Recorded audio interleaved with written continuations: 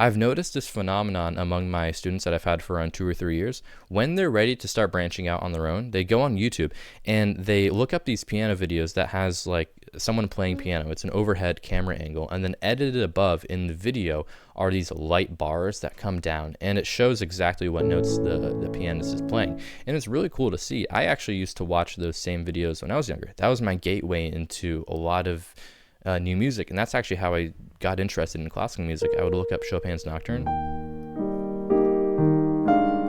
and simply look at each of the notes coming in, try to pause it and look, all right, so they group this note together, then they do this, and then string together a whole entire piece. And I only got about a few bars in, but my student recently learned the entire like 2 to 3 arrangement of Kids by MGMT, beginning to end, by going through on these YouTube videos and pausing it at each individual new note that's coming in and going, all right, what are they playing? And putting the whole entire thing together.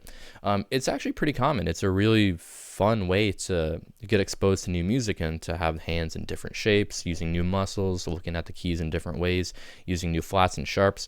And I don't I'm not against it at all, honestly. If you're going through these videos and learning this way, more power to you. Get more exposure, play more songs that you're interested in, and make noise using the keys in front of you as much as possible.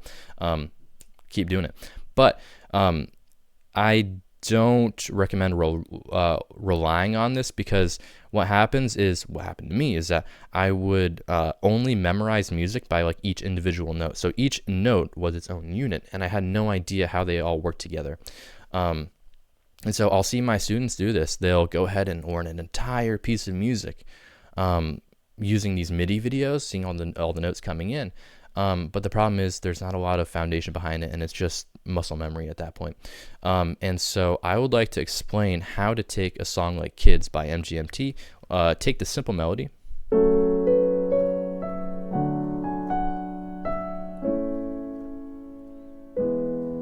and then turn it into one of those arrangements that you might see in those videos.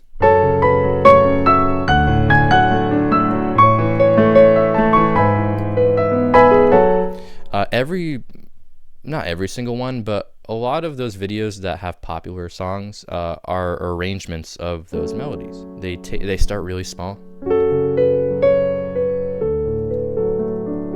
and then they gradually swell into something a lot more grandiose. So that's the topic of today's video. I would like to bridge that gap, show you exactly how to go from these simple chords and then turn it into something more personal, something that you can actually have fun with and not have to rely on like just pausing the video and trying to like memorize those notes. Because I would get like a ton of anxiety about not playing the right one. Like, oh, did I play sometimes they play this chord like twice. Did I accidentally play like a third here? Did I miss the fifth? All that sort of stuff. So to not have to worry about that and to just like have fun with the chords is my goal here, and that's what I want to show you. So I use this analogy all the time. Building a piece of music is just like building a house. We start with the foundation, then we build the frame and the rooms, and then once we have the rooms, we can add furniture. And the thing about that analogy, it explains how all these concepts kind of work together. First, we start with a scale. That's the foundation of the house. And then with that scale, that foundation, we can start to build some rooms, which are like the chords. So using the notes of that scale, I'm using A major, we can build a bunch of chords off of that. Now, every single one of those chords can be inverted. This is like adding furniture, because the thing about furniture is that you can just rearrange it, you can move it. It's not like permanent. And also, moving furniture doesn't change the structure of the house. It doesn't change the foundation. It doesn't change the harmony. Inverting a chord does not alter the harmony at all. It just allows us to move around the keyboard. So that is how I'm going to structure the video, and I say we just dive right into it. I'm going to start with scales. A scale is a set of notes bound by an octave. And in this case, we're going to be talking about A major. But within an octave, you can have 12 notes. You can have 5 notes. You could also do a pentascale or a major pentatonic, which is only 5 notes. But the major scale is 7. all major scales follow a very specific formula. Whole steps, it's of whole steps and half steps. Before I actually explain what the formula is, let's just talk about whole steps and half steps. If we take the note A and go up a half step, we go up a note. If we go down a note, down a half step, we just go down a note. So from A to B flat or A sharp, or if we go down a half step, we go from A to A flat or G sharp. So in other words, a half step is two notes that are right next to each other. So if I go up a half step from B, it's C. Up a half step from C is C sharp. So what do two halves make? Two halves make a whole. A whole step is two half steps together. If I want to go up a whole step from A, I go up two half steps. 1, 2. One quick thing about like measuring half steps is when you're gonna go up a half step, you don't count this as anything because you haven't gone anywhere. This is like 0. And if we go up a whole step, now we go one whole step. So the formula is this for all major scales. Take any note, literally any note on the keyboard. If you follow this, you'll end up with a major scale. Here's A, whole step, half step, whole step, half step. Whole step, half step, whole step, half step. That's it. And let's do D flat. Whole step, half step, whole step, half step. That's it. That is all major scales, every single one. The thing about scales, though, piano scales, is that the fingers to play each scale is going to be different every time. Not every single time, but when it comes to more difficult keys like A flat, you're going to use different fingers. And so learning like the intricacies and learning about which fingers to use, and actually it's different for each hand. That's quite the process, and that's actually what makes scales so difficult. The scales themselves aren't that complicated. It's just a set of notes, but actually playing them and the execution of those is that was my biggest struggle personally. But we've got A major, A, B, C sharp, D, E, F, and G sharp. In order to play it, I go. So whenever we're talking about about like which finger to use, we number the fingers 1, 2, 3, 4, 5. 1, 2, 3, 4, 5. Left hand we count from right to left. Awkward for anybody that speaks English because usually we read left to right, so we have to go backwards for the left hand. It's a bit of a learning curve, but either way, 1, 2, 3, cross underneath to D. 1, 2, 3, 4, 5, left hand. 5, I'll just bring it up for the camera. 5, 4, 3, 2, 1, cross over. 3, 2, 1. One thing about this scale is that the middle fingers always line up, or the third fingers always line up. 1, A, B, middle fingers C sharp, middle fingers F sharp. This is, I don't know if in this video I will be playing a note outside of this scale. It's only gonna be in this scale, unless I make a mistake or something, or unless we add like a secondary dominant. But I don't think I'm going to do that this time around. All right, so we've got the foundation. That's it. Those are the notes we're going to be using. Get familiar with that scale, because that's how we're going to like look at the keyboard. That's how we're going to view it. I'm never going to go to G. I'm only going to go up to G sharp. I'm never going to go to F. I'm only going to go up to F sharp. All right, let's move on to chords now. Chords are I believe that the word chord comes from the French verb accord, which means to agree with each other. And so when we're talking about notes put into a chord, I think it's safe to say that these notes agree with each other. They sound very nice. They sound a bit nicer than, for example, or these. I mean, those are chords, and I mean, that was kind of a bad example, sorry, but you get the idea. These notes, they agree with each other, and we're going to form some chords. We're going to build them all together. These are triads. Triad, the root of the word triad is tri, which is 3 note chords. And they're thirds stacked on top of each other. So if I stack 2 thirds on top of each other using A as my root, the only chord quality that I can form using the A major scale is the major triad. I know that was quite, let me like try to put that into like plain English here. Some chords are, they produce like a positive, happy sound. And I know this is like a gross generalization, but it's just the easiest way to think about it. And also there are some chords that produce a somber, more moody, sad sound. And there are some that produce tense sounds. There are some that produce relaxing sounds. This is known as quality, like the quality of the chord. So the only chord quality, like the only triad quality that can form if I were to take the root A and just form a chord out of it is major. It's always going to be like this when it comes to major scales. The one chord, the first scale degree, will always be major. All right, so each like scale degree is another way to say note of the scale. So each scale has 7 notes. There's 7 scale degrees. 1, 2, 3, 4, 5, 6, 7. If I move up to the the second scale degree, and I form a triad, I don't know what the quality is going to be, but I'm just going to use the notes of the scale and stack thirds on top of each other. There we go. It's minor. This is a minor triad. The quality is minor. This has to do with the intervals between the notes of the chord. So between A and between C sharp is a major third, and between A and E is a perfect fifth. All major triads take any note on the keyboard. If you take the root, the first note, and add a major third and perfect fifth, you will end up with the major chord quality. So if I were to move to that second scale degree, the quality changes, and that's because the intervals or the distances between each of the notes has changed. This is a minor third between the root and third, and this is a perfect fifth. Notice how I called this one major and I called this chord minor. But there was another interval in each of those chords. Each of those chords also had a perfect fifth. Why didn't I say A major perfect? Why didn't I say B minor perfect?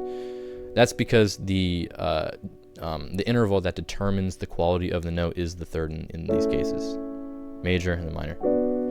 That's what makes it either happy or sad. Because watch this. If I altered this minor third, I brought it up a half step. I've now made it major, and that creates a positive quality or like a happy quality. It turns into a major chord. Let's keep going. All right, so that was quite a bit. Let's move to the next chord. This is the second scale degree. Let's move up to the third scale degree. This will always be minor using the notes of the A major scale. The third scale degree, C sharp, will always be minor. So we have a C minor. All right, let's move to the fourth scale degree, D major. Let's move to the fifth scale degree, E major. How about the sixth scale degree? It'll be F sharp minor. And then the seventh scale degree will always be diminished. A diminished triad is a chord with a root, a minor third, and a diminished fifth. Quick note here, I'll use an easier root, for example. Let's go to A major again. All major intervals, the major third, if you lower it, it becomes minor. If you lower that minor third, it becomes diminished. So this is actually a diminished third. And if you take a perfect fifth or any other perfect interval, like a perfect fourth as well, and lower it by a half step, it does not become minor, it becomes diminished. So if we take A major and lower the middle note to become a minor third, A and C, and then if you take this perfect fifth and lower it, it becomes a diminished fifth. So when we talk about diminished, we're talking about the diminished fifth. How come I didn't say A minor diminished? That's because if the middle note were to be in any other position, it wouldn't be considered a third. Because this is also, it is like a diminished third, but it's also a second. That's not a root position triad, and this is also, if the middle note were to be somewhere else, this would interrupt, or it wouldn't be like considered a root position triad, because this is also a second between C sharp and E flat really. But this is a interval that isn't wouldn't like make it considered a root position triad. They all have to be thirds apart from each other. So we have a minor third and a minor third. Let's dive into intervals real quick. There's two like main intervals I think that we need to focus on. The diminished is like the one exception, but for example, we have A major. This is the major triad. A major third is based off of the scale. So 1, 2, 3. It's always 4 half steps. 1, 2, 3, 4 from the root, and then the minor third is always 3 half steps from the root. This is just a starting point. 1, 2, 3. Minor third, major third, and then the perfect fifth is 7 half steps from the root. 1, 2, 3, 4, 5, 6, 7. All right, so those are like the main intervals, and then the diminished interval for our 7th scale degree, this triad is diminished, between G sharp and D is a diminished fifth. That is going to be 6 half steps. 1, 2, 3, 4, 5, 6. You do the same thing with A major. If I make this minor, if I turn the major interval and make it minor, and I make the fifth diminished, it's 6 half steps. 1, 2, 3, 4, 5, 6. So these intervals, I know that was a lot, but these intervals are all consistent when it comes to any root. So you can take like C sharp, for example. If you formed a minor third and a diminished fifth, you end up with C sharp diminished. Here's C sharp diminished 7. All right, so let's actually go to the chords that we're going to be using in this piece of music. I think it's a bit more useful. There's 4 chords. We'll start with A major. We know how to form that. And the A major chord is not only a major third and a perfect fifth, it's also the first, third, and fifth scale degrees of the A major scale. So that's another way to think about chords, and I also want to dive into that for each individual chord in this piece of music. Let's move to F sharp minor. The F sharp minor chord is not only a set of intervals, it is also the first, third, and fifth scale degrees of the F sharp minor scale. And the minor scales, there's 3 different types. There's the natural minor, there's the harmonic minor, there's the melodic minor. In this case, I'm just using the natural minor. The intervals to form that scale are going to be different from the major scale, but either way, we can still form that chord F sharp minor, F sharp, A, and C sharp. All right, let's also do D major. Again, this uses the notes. Every single one of these chords uses the component notes of A major, but they all are also based off of their own scales. D major.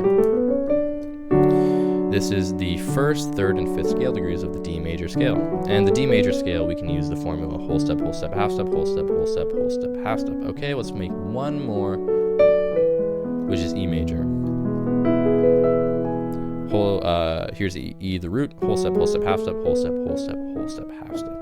The first, third, and fifth scale degrees form E major.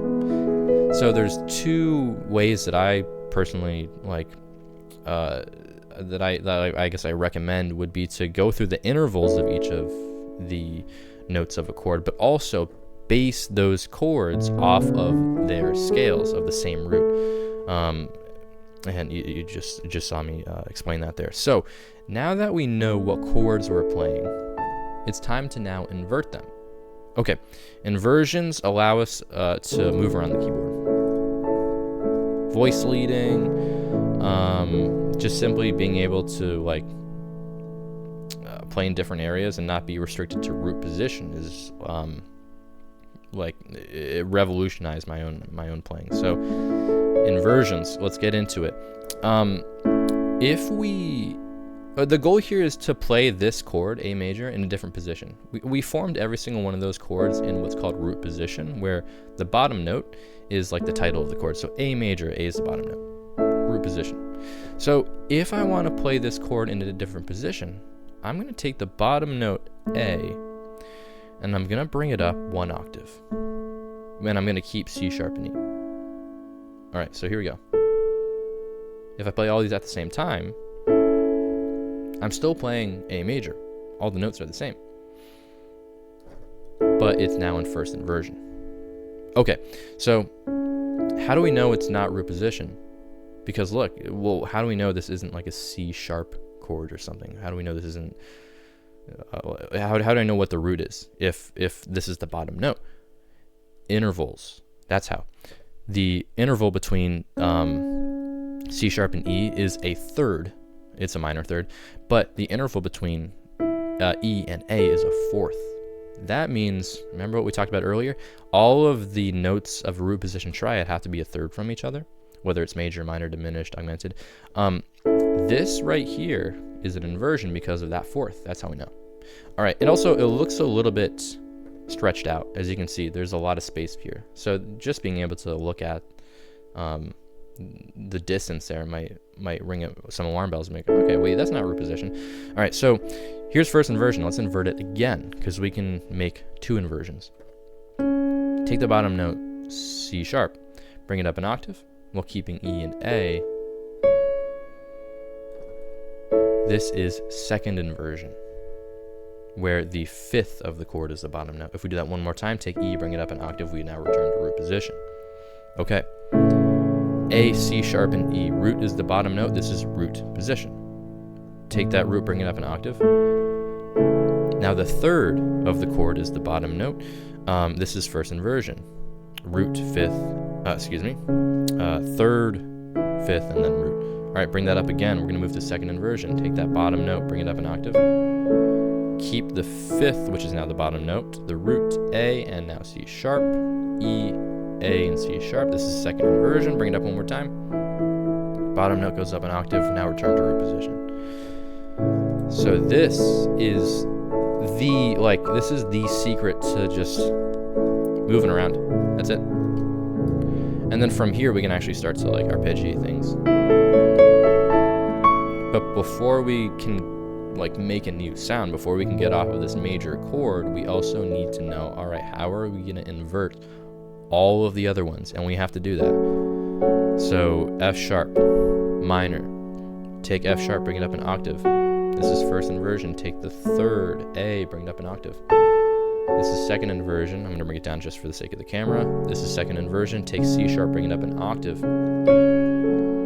Root position again. Root, first, second, root.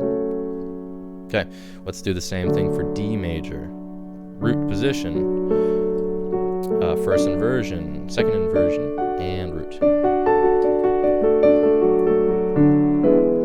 Here is E major. Take that bottom note, bring it up. Take the bottom note, bring it up. Here's first inversion, sorry. Bring it up to second, and the root, not the root, the fifth, bring it up. Boom, root position. Second, first, root. That's it. So going through each of those.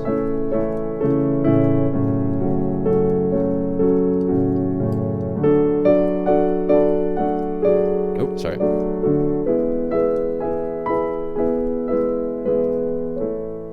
Boom. There's a second inversion of A major. That's what all these, on these YouTube videos, that's what all the pianists are doing. They're just using the scale,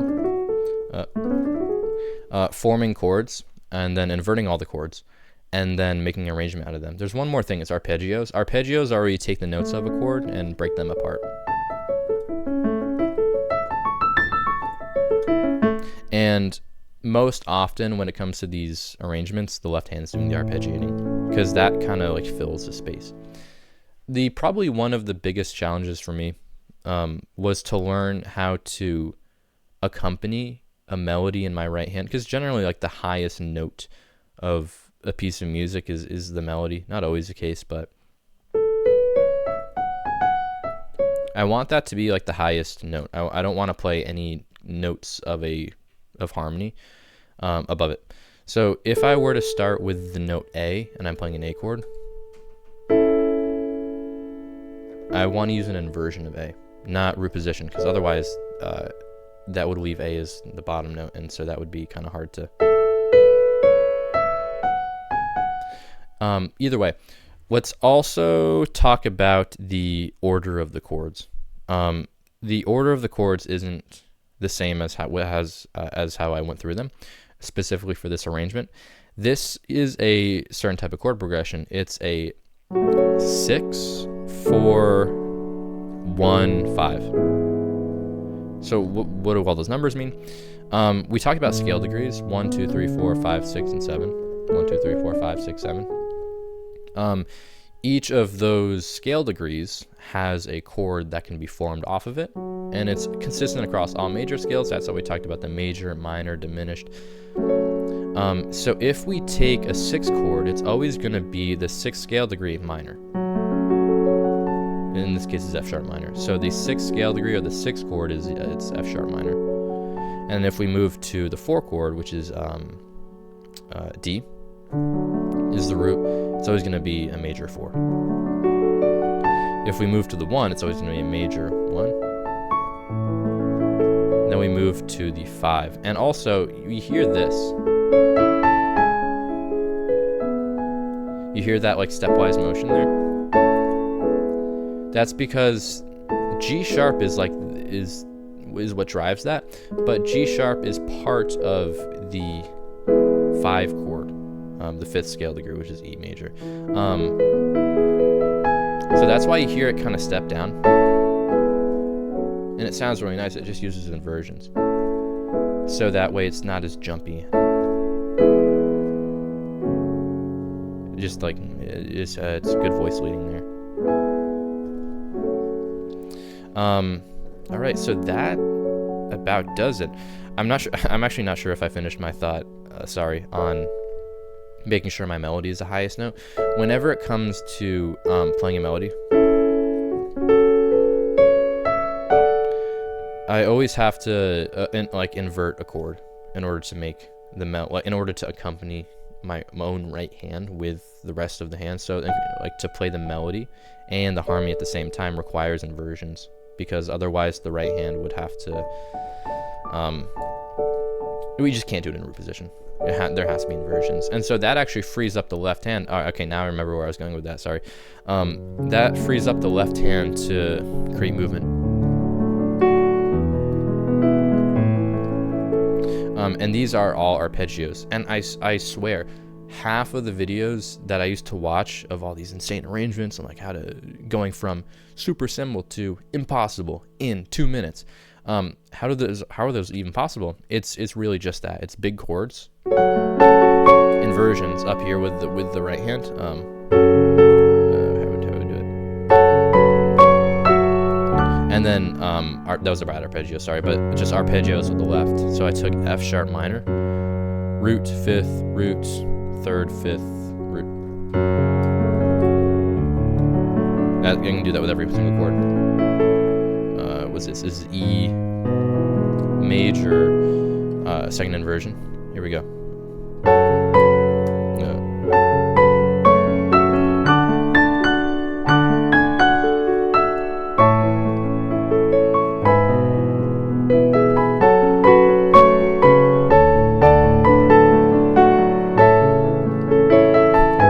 There's that stepwise again. I know that was a lot of info all at once, and I didn't even cover it that well. It was a bit disorganized. I kind of just wing it every time I turn the camera on, and just talk about whatever I'm currently teaching, whatever my students are doing, whatever I'm currently interested in. That's the goal of the video. It isn't to have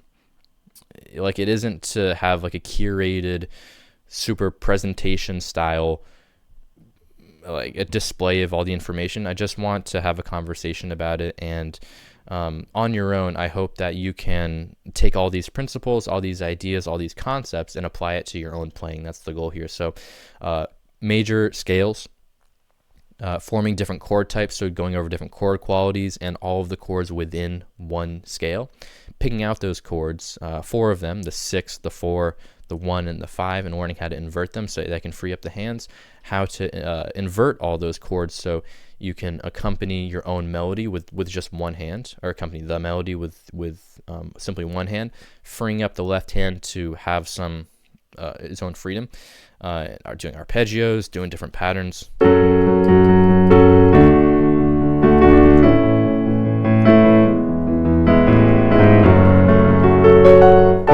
get the idea. And so if you find this interesting, if you want to get all your fundamentals down, I just call these fundamentals. I've compiled all of my teaching material into one huge document. It's like 366 pages. If you want it all in one place, check out the website. That's exactly what I use to teach my own students, so that they aren't looking at like a piece of music as individual notes. I do my best to get them looking at a piece of music through this lens, and if it helped you, I strongly recommend you go over and check it out. Thanks so much for watching. I know the video was like a little bit all over the place, but I hope it could help. So happy practicing, and thanks so much for watching.